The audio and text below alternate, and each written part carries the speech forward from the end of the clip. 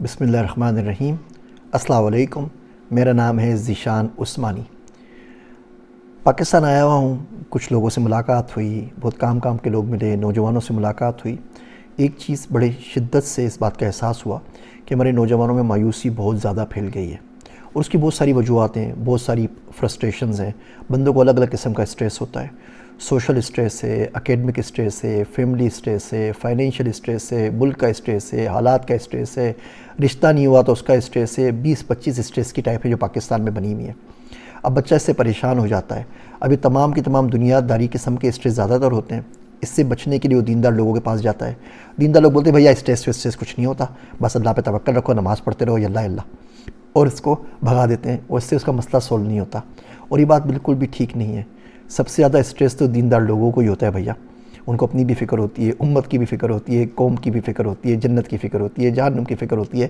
آپ کے پاس اگر 12 اسٹریس نا دنیا کے، تو ان کے پاس 25 ہوتے ہیں۔ 12 آپ کے دنیا والے ہوتے ہیں، 12-13 ان کے اپنے آخرت کے اور ہوتے ہیں۔ تو ان کے پاس تو سب سے پہلے تو اس بات کو ماننا چاہیے کہ اسٹریس ہوتا ہے، ڈپریشن آ جاتا ہے، انزائٹی بندے کو کھا جاتی ہے۔ جب تک آپ اس حقیقت کو پہ یقین نہیں رکھیں گے، بلیو نہیں کریں گے، اس کے علاج کی طرف آپ نہیں جا سکتے۔ دوسری چیز، اسٹریس سے بچنے کے لیے کیا کیا جائے؟ آپ انتہا سوچ لیا کریں۔ کسی بھی اسٹریس کی، کسی بھی مصیبت کی، کسی بھی ناکامی کی انتہا کیا ہے؟ انتہا یہ کہ موت آ جائے گی، یہی ہوگا نا۔ مر جائیں گے تو کیا؟ اللہ صحیح کو بولیں گے اللہ صحیح ہم کوشش کرتے رہے، ٹامک ٹوئیاں مارتے رہے، مر کے واپس تیرے پاس آگے کوئی کام نہیں ہو سکا، اور وہاں بخشے گئے تو وہ ابدی زندگی مسئلہ ختم ہو جائے گا۔ آپ سورہ ہود علیہ السلام کے اوپر جو سورہ ہود وہ پڑھیے۔ اللہ کے نبی صلی اللہ علیہ وسلم نے فرمایا اس سورت نے میرے بال سفید کر دیے۔ حضرت ہود علیہ السلام کی قوم تباہ ہو گئی، حضرت شعیب علیہ السلام کی قوم مدائن میں تباہ ہو گئی، حضرت لوط علیہ السلام کی قوم تباہ ہو گئی، حضرت نوح علیہ السلام کی قوم تباہ ہو گئی۔ تو آپ کے اور میرے اسٹینڈرڈ کے مطابق تو نعوذ باللہ فیلیور تھے، لیکن وہ فیلیور نہیں تھے۔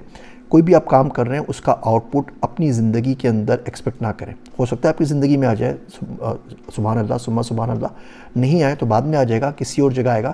جس طرح والدین کی وراثت منتقل ہوتی ہے نا بچوں کو، اس طرح ولایت کی بھی ہے نا وراثت ہوتی ہے، ایک پوٹلی میں رکھ لی جاتی ہے۔ کبھی آپ کا بچہ اس قابل ہوتا ہے اس کو دے دی جاتی ہے، کبھی پوتا قابل ہوتا ہے، کبھی 7 نسلوں میں کوئی بندہ آتا ہے اور وہ اس کا ثمر اٹھاتا ہے۔ اللہ کسی کی بھی محنت کو ضائع نہیں کرتا، اللہ کچھ بھولتا بھی نہیں، اللہ دیکھ رہا ہے۔ تو آپ انتہا سوچنے کہ بھئی انتہا کیا ہوگی۔ دوسری بات یہ، کبھی بھی اپنے آپ کو کسی سے کمپیئر نہ کریں۔ ہر شخص کا قصہ الگ ہے، ہر شخص کی کہانی الگ ہے، ہر شخص کی ابتدا الگ ہے، ہر شخص کی انتہا الگ ہے۔ ہر شخص کہیں اور سے شروع ہوا ہے، کس جگہ پہ کہاں کس سولی کے اوپر جھول رہا ہے آپ کو نہیں پتہ۔ آپ کسی شخص کو دیکھ کے نہیں بول سکتے کہ دیکھو کیسا دنیا دار ہے، کیسا دیندار ہے، کیا کام اچھا کر رہا ہے، کیا برا کر رہا ہے۔ اپنے آپ کو دنیا میں کسی سے بھی کرنا چھوڑ دیجئے۔ آپ کی تقدیر کسی اور سے میچ نہیں کرتی، آپ کی ہدایت کے راستے دوسرے ہیں، آپ کے رزق کے راستے دوسرے ہیں۔ یہ کمپیئر اپنے آپ کو کرنا چھوڑ دیں گے نا، کہ اس کی شادی ہو گئی میری نہیں ہوئی، اس کو گھر مل گیا مجھے نہیں ملا، اس کو جاب مل گئی مجھے نہیں ملی، اس نے ڈالر کما لیے میں نے نہیں کمائے، تو آپ اسٹریس میں رہیں گے۔ اپنے آپ کو کمپیئر کرنا چھوڑ دیجئے۔ اور تیسری اور آخری بات، یہ جو مایوسی ہے نا، یہ اوور تھنکنگ سے بہت زیادہ آتی ہے۔ بندہ سوچتا رہتا ہے۔ سر جھکا کے بھیا کام کرتے رہیے۔ کل آپ کو کوئی آ کے بتایا نا دنیا تباہ ہو رہی ہے، اسرائیل کے اوپر نا ایران اٹیک کر دے گا اور دنیا تباہ ہو جائے گی، تیسری عالمی جنگ چھڑ جائے گی، اور آپ کے سیمسٹر میں 2 مہینے باقی ہونا، سر جھکا کے آپ سیمسٹر کے اوپر کام کرتے رہیے اور کوئی بھی کام نہ کریں۔ بس کام کرتے رہیں۔ اپنے آپ کو کسی بھی فیلڈ کا ماہر بنا لیجئے۔ ہلکے دنیا جھک مار کے آپ کے پاس واپس آ جائے گی۔ جب دنیا کے لوگ پریشان ہوں گے تو آپ کام کر رہے تھے، جب دنیا کے لوگ سو رہے تھے تو آپ کام کر رہے تھے، جب دنیا کے لوگ اوور تھنکنگ کر رہے تھے تو آپ کام کر رہے تھے۔ میرا دوست عبداللہ کہتا ہے کہ جب تک رات کی تاریکی کو دن کے اجالے میں بدلنے کا فن نہیں آئے، نصیبوں کی کالک نہیں دھلتی۔ ہو سکتا ہے یہ مشکل باتیں زندگی میں کبھی نہ کبھی سمجھ آ جائیں۔ جب آ جائیں تو میرے واسطے دعا ضرور کیجیے گا۔ میں ہوں آپ سب کا ذیشان عثمانی۔